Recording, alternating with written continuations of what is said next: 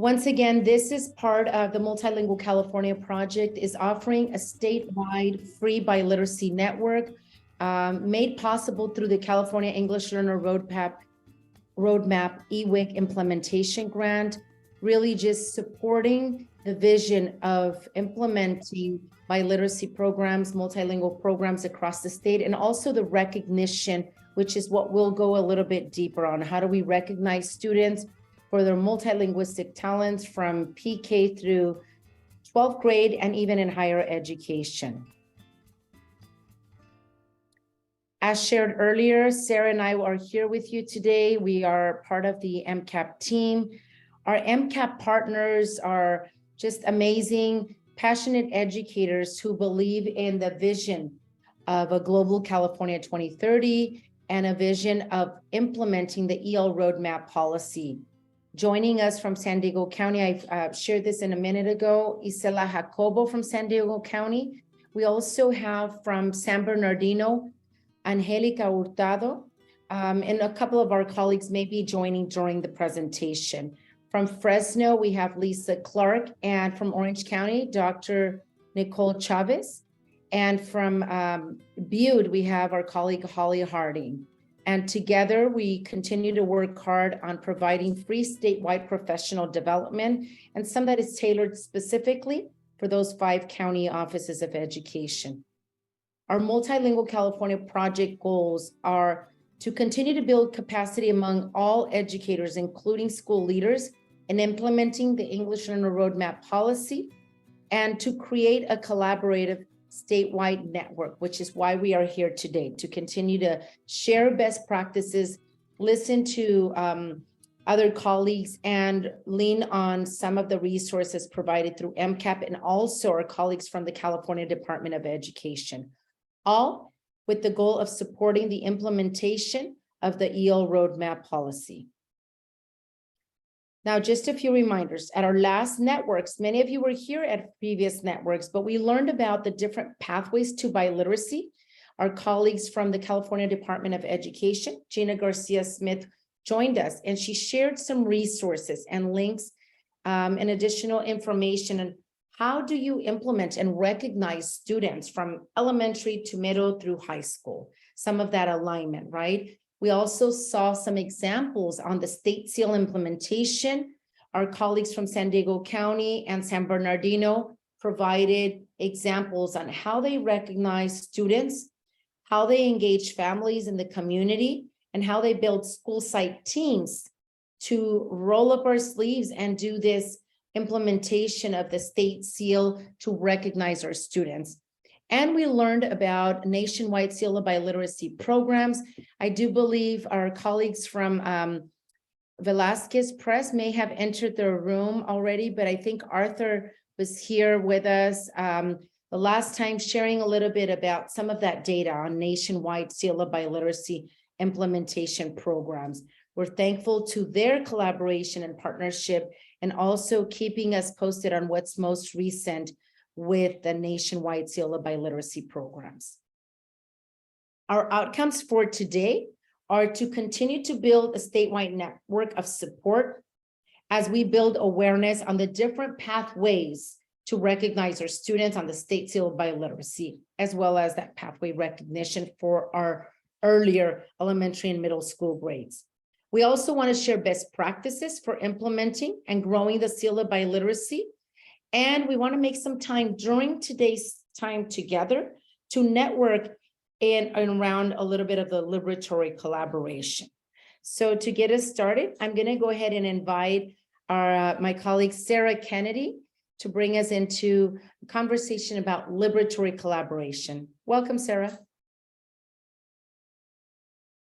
Thank you so much, Alma. And we are starting with centering ourselves in the mindsets of liberatory design. Those of you who have been in trainings with us before know that this is one of the ways that we're using our work to work towards equity, not just in what we create for our students, but in how we actually design our trainings, design our work, even the process of it, working with each other.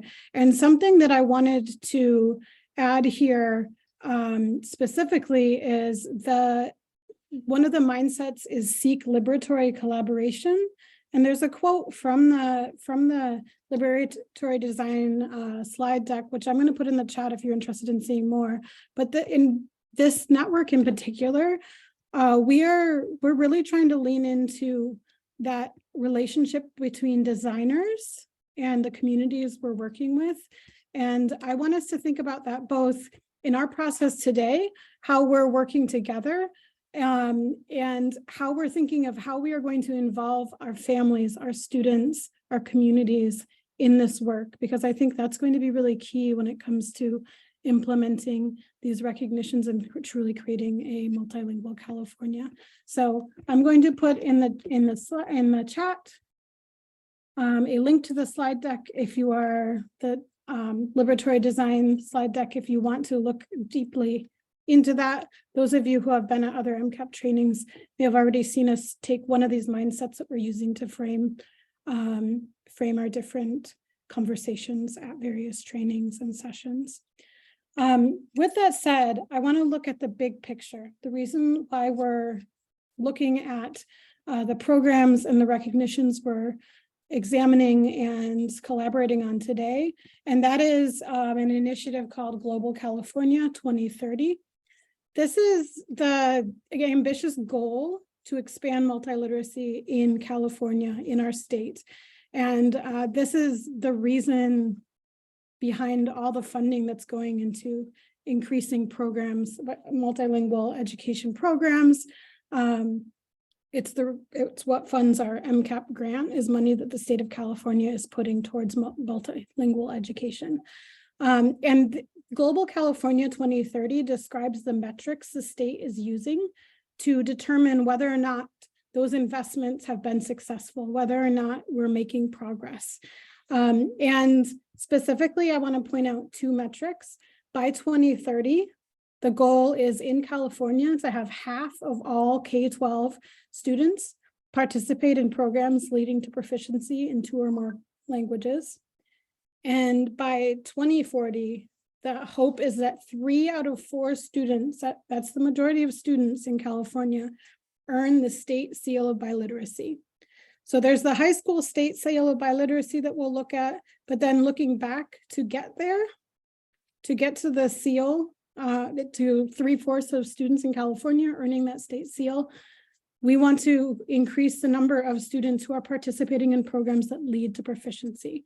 So this is going to be our first opportunity to collaborate and think and reflect in a small group. I want you to think your school, your district, your setting. Where are you when it comes to that goal? Do you already have in your school, are half of your students already participating in programs? Do you have perhaps cohorts of students starting in pre-K or K that by 2030, maybe you would be at that goal? Where are you at, or are you here more to look at ways to expand this because you're not quite, you don't think you're at that benchmark quite yet? So the first thing we are going to ask you to do, we're going to put you into your first groups of the day. I do want to just recognize we've had other colleagues and support in the room that have joined us. We want to thank our MCAP leads from Fresno that has joined us, as well as Lisa Clark, Angelica Hurtado from San Bernardino, who's part of our MCAP team. And we also have a guest joining us today and supporting the vision of biliteracy programs.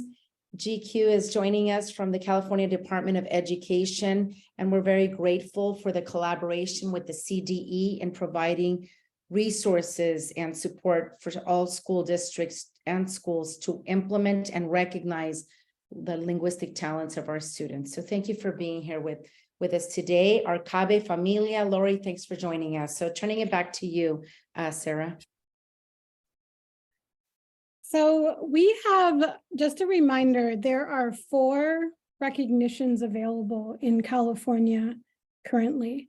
We're not going to go into deep detail of these. We've given a broader overview, and we heard from Gina at the CDE in the last networks. And we'll put in the chat the link to see those recordings for later if you want to go back and kind of dig in more into what the broad overview is. But I wanted to give us a reminder. We have the state seal of biliteracy in high school that's available at the end of high school, where that it shows that a student has showed proficiency in 2 languages, English and at least one other. And so there's certain benchmarks they need to meet by high school. But the biliteracy attainment recognition, this is newer. These are all this past school year. This is the one that we've just started implementing these. So some of you may or may not have this in place, but the biliteracy attainment recognition, this is similar to the state seal, but it's available at the end of elementary school in grade 5 or in middle school. And again, this is competency-based. They need to meet certain benchmarks showing that they are proficient in English and at least one other language. And I want to note that's including reading, writing, speaking, and listening, assuming that it is a language that has written form, which we know not all languages do. And then the other 2 recognitions, these are more based on participation. There's the home language development recognition. This is recognition of any age-appropriate activities that are helping students support a home language that is not English. So that could look very different depending on the community, the school, the family. But this is a reminder that we're emphasizing supporting our students' home languages, not just whatever languages are in school.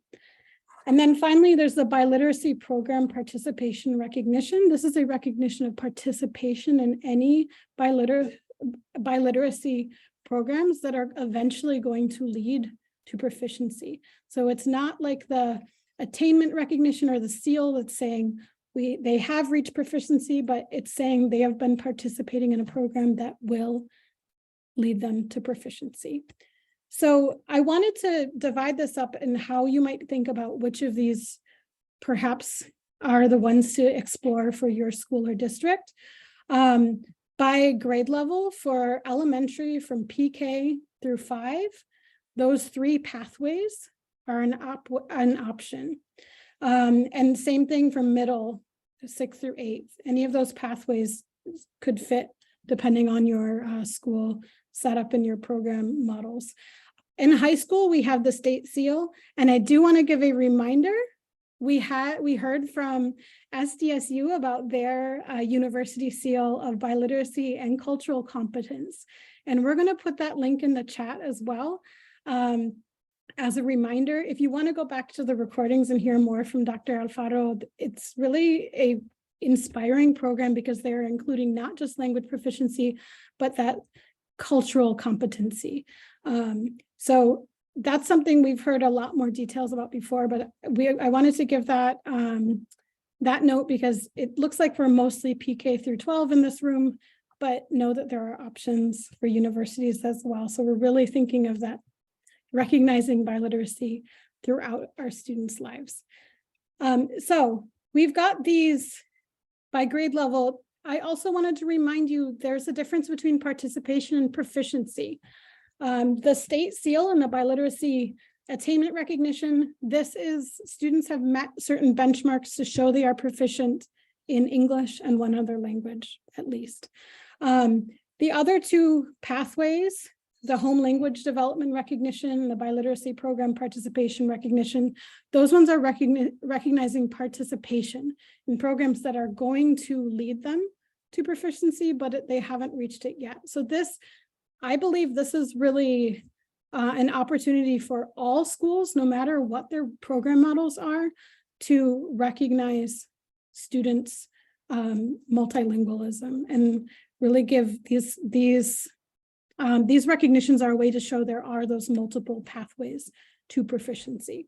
So with that said, we are going to go back into our breakout rooms to start. Before you go into these rooms, because I've shuffled it around, some rooms were very large and some were small.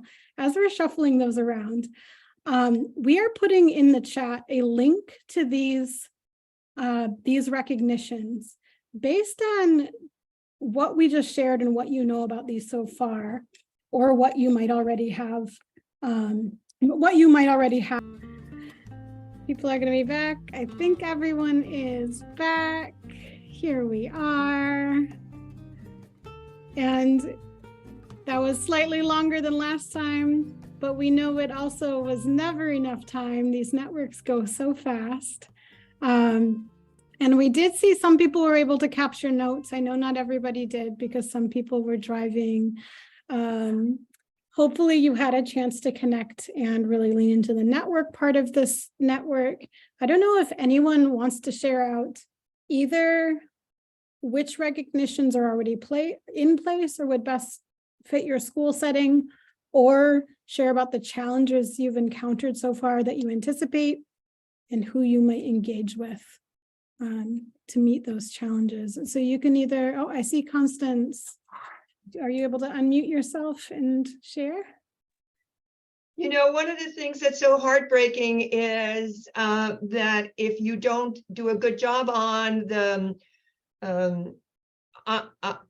oh gosh, on the CASP, and you've done a great job in the Spanish, we also have Mixteco and we have Tagalog, you don't get the seal. But at Merced, they have both. They have the seal of biliteracy and the Merced seal of biliteracy. I really like that. Those kids that have worked so hard do get recognition for that. And I think that's an important thing that I'd like to bring up to our district, that we have many disappointed students just because they couldn't pass that English or somehow they were preparing for something else. So that's a very, very positive thing. Thank you. Thank you. And I think we've heard that in other networks as well. And that's been a common theme. The CASP is, especially that CASP requirement is tough, especially with pandemic and everything else. So hopefully this is a way to both help our students reach for that proficiency on the English piece, but also recognize the steps along the way. And I see another hand, Aranzazu Garcia. Yes, so we do recognize the attainment one for 6th grade and the 8th graders that are proficient in both. And we also do the participation one for everyone in either the dual immersion or the new Spanish elective in the middle school. But we were not ready to move on to the home language development one. And I just heard great idea from another district that took it to the DLAC on what could be the criteria to award that one, especially because we don't have many, but we also have students that speak Arabic and there's some Filipino kids and Samoans.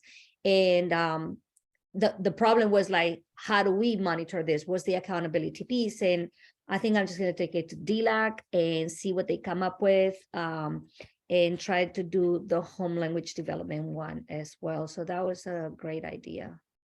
Thank you. And connecting with your ELACs and DLACs are such a great resource. And I think that really fits with that liberatory design of really making sure to involve the community in thinking about this, both because it's important that they are empowered and they're involved, but also they might have resources that we don't. So I wish we could had time to have more people share out. We know that 1 hour network is not enough time to really dig into this. So we are going to, I'm going to put a Padlet in the chat.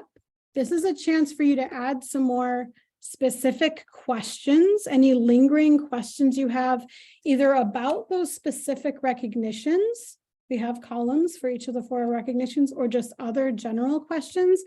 If you're on a computer, you could scan that link with your phone to fill this out on a phone, or I put the Padlet link in the chat.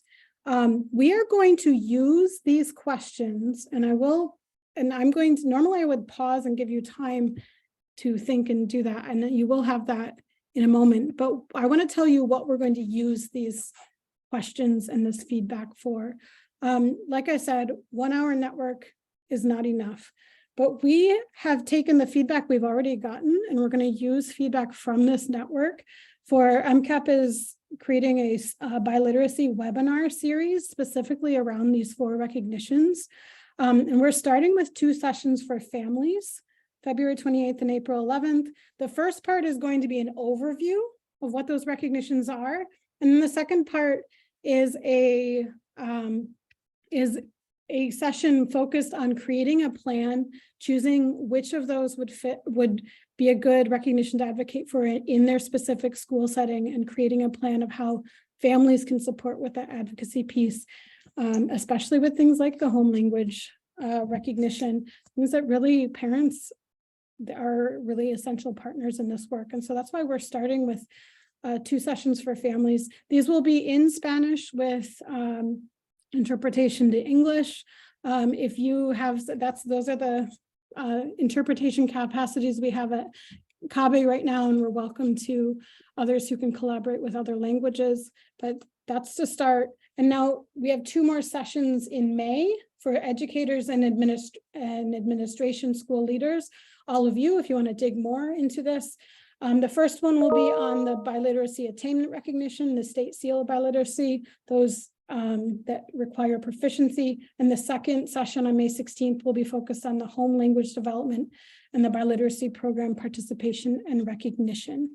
So we hope you will be able to join us. We have a flyer for families in Spanish. We have a flyer for educators. If you want to take a moment and sign up right now, we're going to put these links in the chat. We hope you'll be able to join us. We plan on recording those webinars. Today was more of a network, more conversations, but these are going to be more webinars to kind of dig in a little bit more. So we hope you'll join us for those. I've put those links in the chat. We're giving you a lot of things in these last few minutes together. But if you haven't already, add any lingering questions to this Padlet, because we are going to use this content to shape and modify what we have planned to share with you at those webinars and with the families as well. And I have a question. Can I ask? Yes. There's 2 for families. And if they attend one, do they have to attend the second one, or is it like? It's 2 different sessions. The first one is more an overview. Here are the options for the families. It's an overview of the options available, those 4 recognitions. And then the second session is more collaborative. They're going to be working on an advocacy plan. So it's 2 different sessions. I'm sorry, do we have to enroll individually, or like, let's say that I gather a group of parents and I do one enrollment and then they come into a room to watch? Is that possible? You could do that for sure. Okay. If it's possible, we definitely, during the session itself, we collect data on how many people participate for reporting purposes. So let's maybe send an email, or let's connect, or you can put in the notes that when you register that you're coming with a group. I love that idea. We've had that with other parent offerings. So I'm going to leave the Padlet in the chat again. But we are going to share a few more opportunities.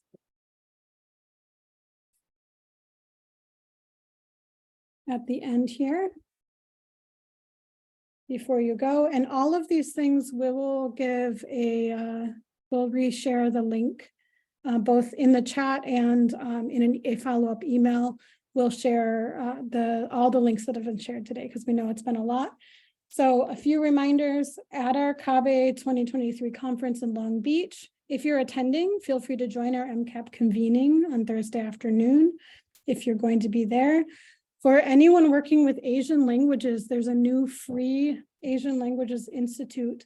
As part of our paid CABE conference, we have a Saturday Institute that's free for anyone working with Asian languages in California, because CABE really wants to increase our support for other languages other than Spanish. We have such strong support for Spanish, but we know we're a multilingual California, not just bilingual. So if you or someone you know is working in Asian languages, we are putting this into the chat as well. There's a one-day conference for those of you near Riverside. We have a regional one-day conference for parents and educators coming up on May 3rd. Sandy, I don't know if Isela, do you want to say a word about this? Yeah, colleagues, please join us in beautiful San Diego for our dual language conference that is coming up in April. Notice to save the date on slide 33. We'll begin our conference experience with school site visits. We'll have 2.5 days of conferencing, and we hope to see you all. Thank you. And there's a link to stay connected to our digital academies. These are free asynchronous courses available through Canvas for a variety of topics related to supporting multilingualism.